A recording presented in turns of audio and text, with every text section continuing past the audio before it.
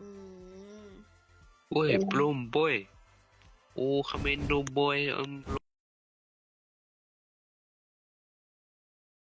มันจ้าซะเหลือเกินเดินได้ปลุยโอ้ละวันระเบิดไทยแล้วมันโจมตีคอมเมนต์มาก่อนนี่มันคอมเมนต์บ่พอใจนี่คุณเซนมันอาละวาดเลยกูไม่ได้คิดมาเจอกับคนไทยแล้วนี่ รอจริงรอใช่ฟ้าบอกค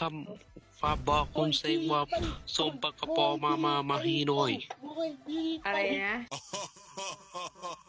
ส่งไม่มีปลากระป๋องแรงต่อมาให้ด้วยสู้กับคนไทยแล้วนี่คอมเขมนจะอพยพจะตายแล้วนี่โอ้สู้ๆนะสู้ๆนะเป็นกำลังใจฟ้าบอกคุณเซงว่าส่งปากกระป๋องจะมาที่ปูนมะเขือ